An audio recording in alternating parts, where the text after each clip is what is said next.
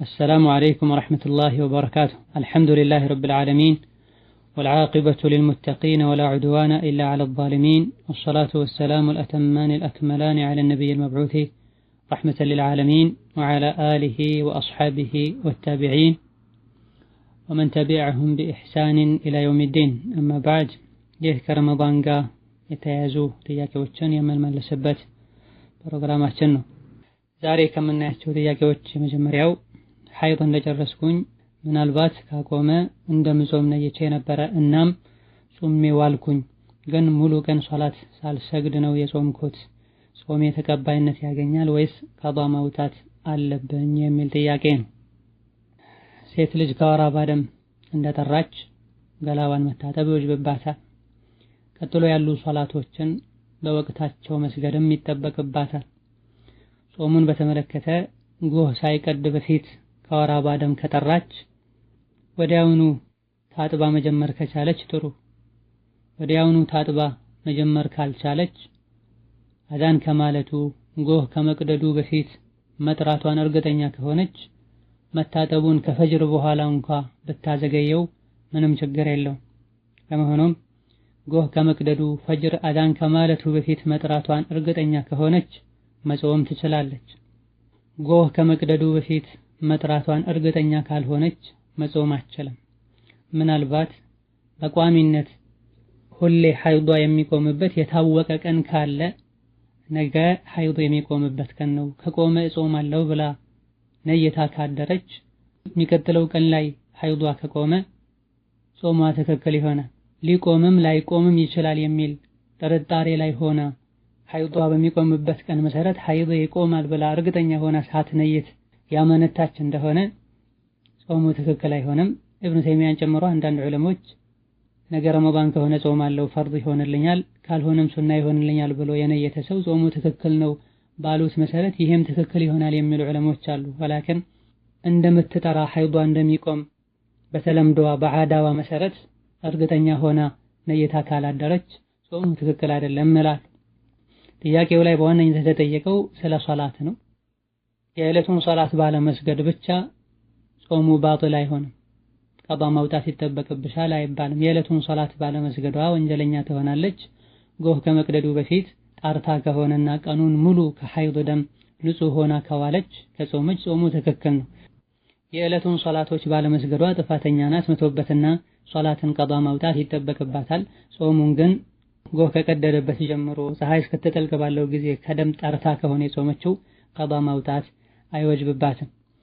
ሁለተኛው ጥያቄ አባቴ የዛሬ ዓመት ረመዳን ላይ ታመው በዚህ ዓመት ረመዳን ሰኞ ዕለት ወደ አኺራ ሄደዋል።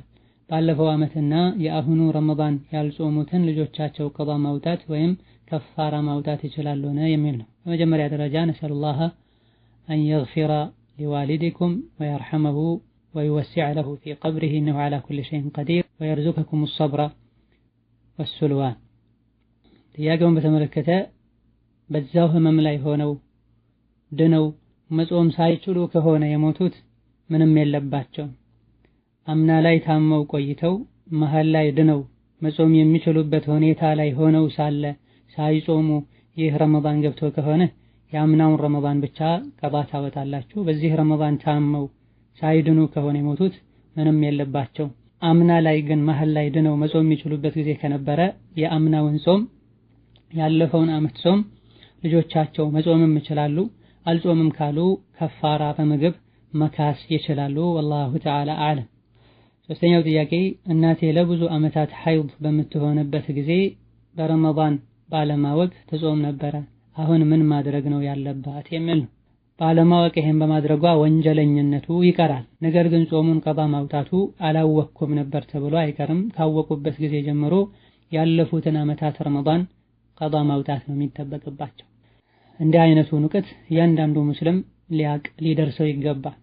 ወላጆችም ልጆቻቸውን በሚያውቁት ያክል ሶላት ማለት ምን ማለት ነው፣ ሶላት እንዴት ነው የሚሰገደው፣ ሶላት የሚያበላሹ ነገሮች ምንድናቸው፣ የጾም ሸርጡ ምንድነው፣ ሴት ልጅ ከወር አበባ ስትጠራ እንዴት ነው የምትታጠበው፣ ይሄን ልናስተምር ይገባናል።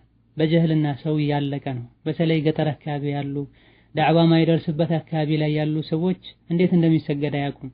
ላኢላሃ ኢለላህ ማለት እንደሆነ አያውቁም። ከእስልምና የሚያወጡ እስልምናን የሚያፈርሱ ነገሮችን አያውቋቸው።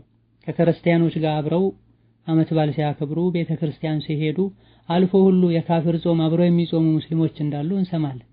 ፈላ ሐውለ ወላ ቁወተ ኢላ ቢላህ። ይሄን ጅህልና አብረን ልንዋጋው ይገባናል። በቻልነው ያክል ልናስተምር፣ የደረሰንን ሳንጨምር ሳንቀንስ ለማድረስ ጥረት ልናደርግ ይገባናል። ሐይድ ላይ ሆኖ መጾም ወንጀል ነው። የጾመችም እንደሆነ ጾሙ ተቀባይነት አይኖረውም። ይህች እናት ባለማወቅ ከሆነ ይሄን ያደረጉት ወንጀለኝነቱ ይቀራል። ነገር ግን ጾሙን ቀባ ማውጣቱ አይቀርም። ያለፉትን ዓመታት ጾሞችን ቆጥረው ቀባ ማውጣት ይጠበቅባቸዋል። አራተኛው ጥያቄ እናቴ በበሽታና በእድሜ መግፋት ምክንያት 3 ዓመት ረመዳንን እንዳልጾመች ጠይቄ ለእያንዳንዱ ቀን ሚስኪን እንድታበላ ነግራችሁኝ ነበረ። እናቴ ደሃ ናት። እኔ ከዚህ ነው የምረዳት። እናም የከፋራውን እኔ ለሷ ማውጣት እችላለሁን? ነዓም። ልጆች አባቶቻቸውን የሚረዱት አዱንያዊ ጉዳይ ላይ ብቻ አይደለም፣ የአኺራ ጉዳይ ላይም ሊረዷቸው ይገባል። ነብዩ ሰለላሁ ዐለይሂ ወሰለም የአላህ ዕዳ ከሰዎች ይልቅ ሊከፈል ይገባዋል ብለዋል። እናት ከፋራውን መክፈል ካልቻሉ ልጆቻቸው ወጪውን ሸፍነውላቸው ከፋራውን መክፈል ይችላሉ።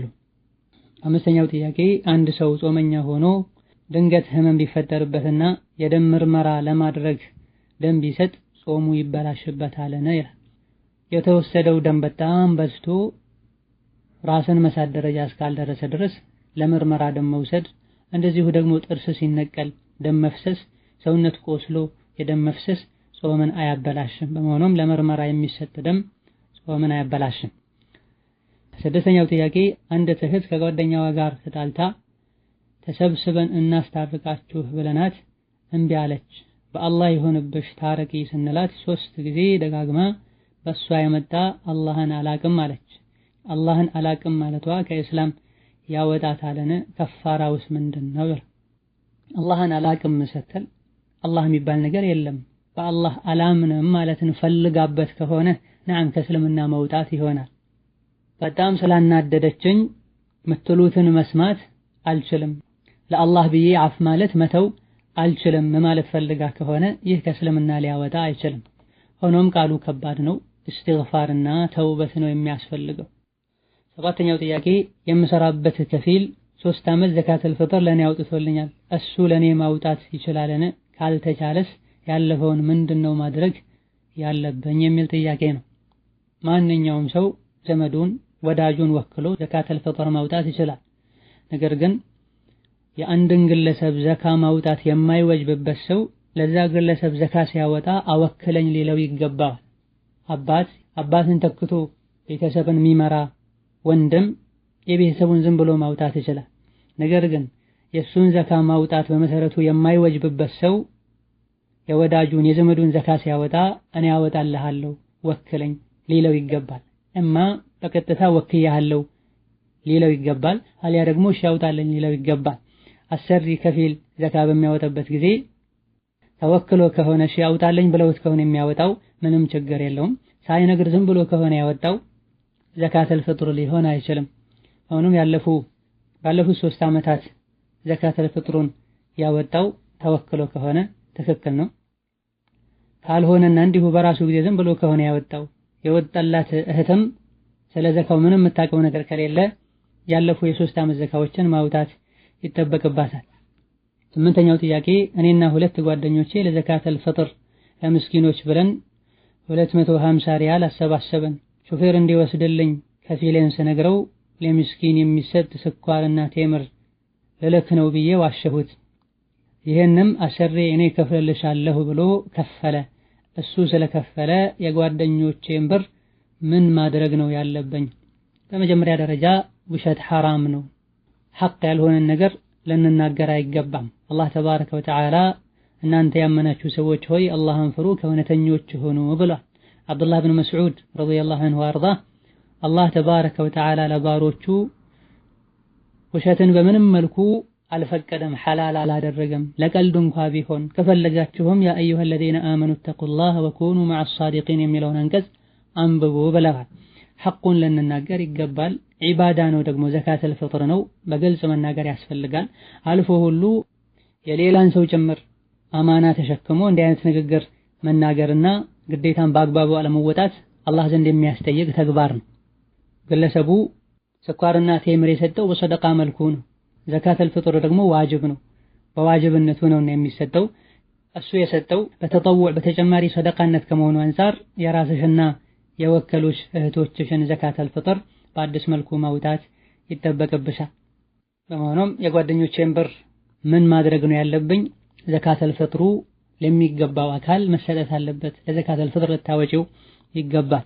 ዘጠነኛው ጥያቄ ቤተሰቦቼ አደጋ ደርሶባቸው በሰው እርዳታ ነው የሚኖሩት። ዘካተል ፍጥራችንን ለነሱ መስጠት እንችላለን ወይ የሚል ጥያቄ ነው። ዘካተል ፍጥርም ይሁን ዘካተል ማል የሱን ወጪ መሸፈን በሸሪዓ ግዴታ ለሚሆንብን ሰው አይሰጥም። ለአባት ለእናት ልጆቻቸው ከጥሬ ገንዘባቸው ነው ሊሰጧቸው የሚገባው እንጂ ዘካተል ፍጥርን ለነሱ ሊሰጧቸው አይገባም። አንዳንድ ዑለሞች ልጆች ከጥሬ ገንዘባቸው ወላጆቻቸውን መርዳት የሚችሉበት አቅም ከሌላቸው የዘካ ገንዘብን ቢሰጧቸው ችግር የለውም ብለዋል። ዘካን እስኪቀበሉ ድረስ ሲቸገሩ ዝም ሊሏቸው አይገባም። አስረኛው ጥያቄ ለወላጆቼ በሙሉ ዘካ መስጠት እችላለሁን የሚል ጥያቄ ነው። ከፊተኛው ጥያቄ ጋር ተመሳሳይ ነው። ለአባት ለእናት እንደዚሁ ለአያቶቻችን ለልጆች ዘካ አይሰጥም። ወይም ባጭሩ ወይም በሌላ አገላለጽ ባጭሩ የሱን ወጪ መሸፈን በሸሪዓ ግዴታ ለሚሆንብን ሰው ዘካ አይሰጥም። ከተቸገሩ ከዋናው ገንዘብ ነው የሚሰጣቸው። ራቅ ብለው ላሉ ዘመዶች ለምሳሌ እንደ አክስትና አክስት ልጆች ዘካ ቢሰጥ ችግር የለውም ብቻ ሳይሆንም የተቸገሩ ሰዎች ከሆኑ ዘካ ለባዕድ ከሚሰጥ ለነሱ መስጠቱ የተሻለ ይሆናል። የዝምድና መቀጠልና ሰደቃ የመስጠትን አጅር ስለሚያስገኝ ማለት ነው። 11ኛው ጥያቄ የኢትዮጵያ ስንት ብር ያለው ሰው ነው ዘካ ግዴታ የሚሆንበት የሚል ነው። ዘካ ይሄን ያክል ብር ያለው ሰው ላይ ዋጅብ ይሆናል አይባልም። ዘካ የሚሰላው በወርቅና በብር ሂሳብ ነው። 595 ግራም ብር ወይም ደግሞ 85 ግራም ወርቅ መግዛት የሚችል ሳንቲም ያለው ሰው ይህ ሳንቲም ሙሉ በሙሉ የሱ ሆኖ አመት ሙሉ ከተቀመጠ ዘካ ወጅቦበታል። ሳንቲሙ የሀብታምም ይሁን የደሃም ይሁን የህፃንም ይሁን የአዋቂም ይሁን የጤነኛም ይሁን የአእምሮ በሽተኛም ይሁን ገንዘቡ ራሱ ላይ ዘካ አለበት፣ ዘካ ሊወጣበት ይገባል። በወርቅና ብር ሲባል በራሴ ፍላጎት በራሴ ምርጫ ነው ወይ? ከፈለኩኝ በወርቅ ሂሳብ ካልፈለኩኝ በብር ሂሳብ ነው ወይ ማወጣው? ይህ በዑለሞች መሃል ኺላፍ ያለበት ጉዳይ ነው። ራጂሑና የተመረጠው በብር ነው የሚሰላው። አብዛኞቹ ደሊሎች የሚያሳዩትም ይሄን ነው። ለምስኪኖች የሚመቸውና ከዘካ ዓላማ ጋር የሚሄደውም ይሄ ነው። 85 ግራም ወርቅ የሚገዛ ገንዘብ ያለው ሰው እንጂ ዘካ አያውጣ ከተባለ ብዙ ሰዎች ዘካ አያወጡም። የሚሰላው በብር ሆኖ 595 ግራም ብር ያለው ሰው ያውጣ ከተባለ ብዙ ሰዎች ዘካ ያወጣሉ። በዛው ልክ የተቸገሩ ሰዎች ለችግራቸው መፍትሄ ያገኛሉ። በረሱል ሰለላሁ ዐለይሂ ወሰለም ዘመን የወርቅና የብር ዋጋም አንድ ነበር። የ20 ሚስቃል ወርቅና የ200 ድርሃም ዋጋው አንድ ነበር። ለዚህ ነው በነቢ ሰለላሁ ዐለይሂ ወሰለም ዘመን እንደዚሁ በደጋግ ቀደምቶች ዘመን በወርቅ በብር እየተባለ እንደ አንድ ተደርጎ በወርቅ ከሆነ 20 ሚስቃል ወይም 85 ግራም በብር ከሆነ ደግሞ 200 ድርሃም ወይም 595 ግራም ተብሎ የታለፈው። ከጊዜ በኋላ ነው የወርቅና የብር ዋጋ የተለያዩ። ወደፊትም ሊቀያየር ይችላል፣ በዚህ መልኩ ሊቀጥል ይችላል። ለምስኪኖች ይበጃል በተባለው ነው ዘካ የሚወጣው። ዝቅተኛውና ለምስኪኖች የሚበጀው የብር ዋጋ ነው። በብር ስናሰላው 595 ግራም ብር መግዛት የሚችል ገንዘብ ያለው ሰው ዘካ ያወጣል። ስንት ብር ነው መነሻው አናቅም። የብር ዋጋ ይህ የማዕድኑ የጌጡ ብር ዋጋ ሊወጣ ሊወርድ ይችላል። ገንዘባችን አመት ሲሞላው ወደ ወርቅና ብር ገበያ ጎራ በማለት ወይም የሚያውቁ ሰዎችን በመጠየቅ የ595 ግራም ብር ዋጋው ስንት ነው እንላለን። ያለን ብር 595 ግራም ብር የሚገዛ ከሆነና ከዛ በላይ ከሆነ ዘካ ወጅቦበታል። ያለንን ብር ለ40 አካፍለ ነው እናወጣበታለን። ባለንበት ሀገር ገንዘብ ባለንበት ሀገር የብር ዋጋ በጊዜው ዘካ በወጀበበት ወቅት ገንዘባችን ከተቀመጠ አመት በሞላው ወቅት የ595 ግራም ብርን ዋጋ ጠይቀን ይሄን መግዛት የሚችልና ከዛ በላይ ከሆነ ዘካ ወጅቦበታል። ከዛ በታች ከሆነ ዘካ አይወጅብበትም።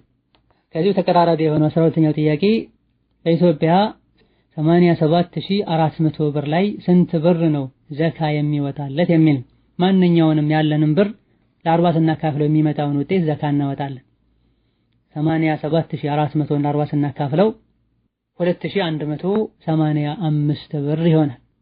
በመሆኑም የኢትዮጵያ 87400 ብር ያለው ሰው የአንድ ዓመት ከሆነ 2185 ብር ያወጣል። የሁለት ዓመት ከሆነ ይሄን ለሁለት ማባዛት ነው። 13ኛው ጥያቄ እኔ ጀዳ ነው ያለሁት ያለ ሙህሪም ሐጅና ዑምራ ማድረግ እችላለሁን የሚል ጥያቄ ነው። በመጀመሪያ ደረጃ ከቋንቋ አንፃር ከሴት ልጅ ጋር አብሮ መሄድ የሚችል ወንድ ሙህሪም ሳይሆን የሚባለው መህረም ነው የሚባለው። የጥያቄውን ምላሽ በተመለከተ ከመካ ጀዳ ሰፈር ጉዞ ይባላል አይባልም? በዑለሞች መሃል በዘመኑ ያሉ ዑለሞች ሁለት አይነት አስተያየት አላቸው። ሁለቱም ከተማዎች ሰፍተው እንዳንድ ከተማ ሆነዋል ተቀራርበዋልና ጉዞ አይባልም፣ ችግር የለውም፣ ሴት ልጅ መህረም አያስፈልጋትም ያሉ ዑለሞች አሉ። ምንም እንኳ ከተማዎች ቢሰፉም መሃል ላይ ክፍተት አለ። የከተማዎቹ የመጀመሪያ ሁኔታ ነው የሚታየውና ሰፈር ይባላል ያሉ ዑለሞች አሉ። ጥንቃቄ ማድረጉ የተሻለ ነው። ዋጅብ የሆነውን ሐጅና ዑምራ ለማድረግ ኢንሻአላህ ተዓላ ቢኬድ ችግር የለውም። ተጨማሪ ለሆነው ዑምራ ከሆነ ቤት ቁጭ ብሎ ዒባዳ ማድረጉ የተሻለ ነው። ነቢያችን ሰለላሁ ዐለይሂ ወሰለም ቤተሰቦቻቸውን ከእሳቸው ጋር ሐጅ ወይም ዑምራ ካስደረጉ በኋላ ይህ ዋጅብ የሆነው የሐጅ ወይም ዑምራ ዒባዳችሁ ነው፣ ካሁን በኋላ ሰሌናችሁ ላይ እርጉ ብለዋል አለይሂ ሰላቱ ወሰላም። ሴት ልጅ ቤት መቀመጧ መሰተሯ የተሻለ ነው፣ ዋጅብ ለሆነ ነገር እንጂ መውጣት የለባትም። በተለይ ባለንበት ጊዜ መካ በጣም ከመጨናነቁ አንፃር ሴት ልጅ ወጣ ከተለያዩ ወንድ ጋር ተጋፍታ ነው ተመልሳ የምትመጣው። መንገድ ላይ የተለያዩ አደጋዎች ሊገጥሟት ይችላል፣ መኪና ሊበላሽ ይችላል። ሆኖም ዋጅብ ለሆነው ሐጅ ከአሰሪዎቿ ጋር ከጓደኞቿ ጋር በዕለቱ ሄደው ቢመለሱ ኢንሻአላህ ተዓላ ይቻላል። 14ኛው ጥያቄ ቤተሰቦችን ሐጅ ማስደረግ እፈልጋለሁ፣ ነገር ግን ያሻርካሉ፣ እሁድ ቀን ስራ አይሰሩም፣ መጠጥም ይጠጣሉ ወዘተ፣ እነሱን ሐጅ ማስደረጌ እንዴት ይታያል ይላል። ይህ እጅግ በጣም ከባድ የሆነ ፈተና ነው።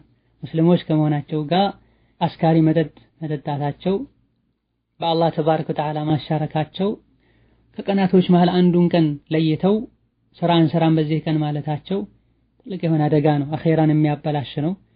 የአላህን ምንነት ጌታውን ከሚያውቅ ሰው ማይጠበቅ ተግባር ነው። ሆኖም በአላህ የሚያሻርኩት እሁድ ቀን ስራ አልሰራም የሚሉት አምነውበትና በትክክልም ያድነኛል ይጠቅመኛል ብለው ከሆነ ትልቅ የሆነ ሽርክ ነው፣ ከእስልምና የሚያወጣ ነው።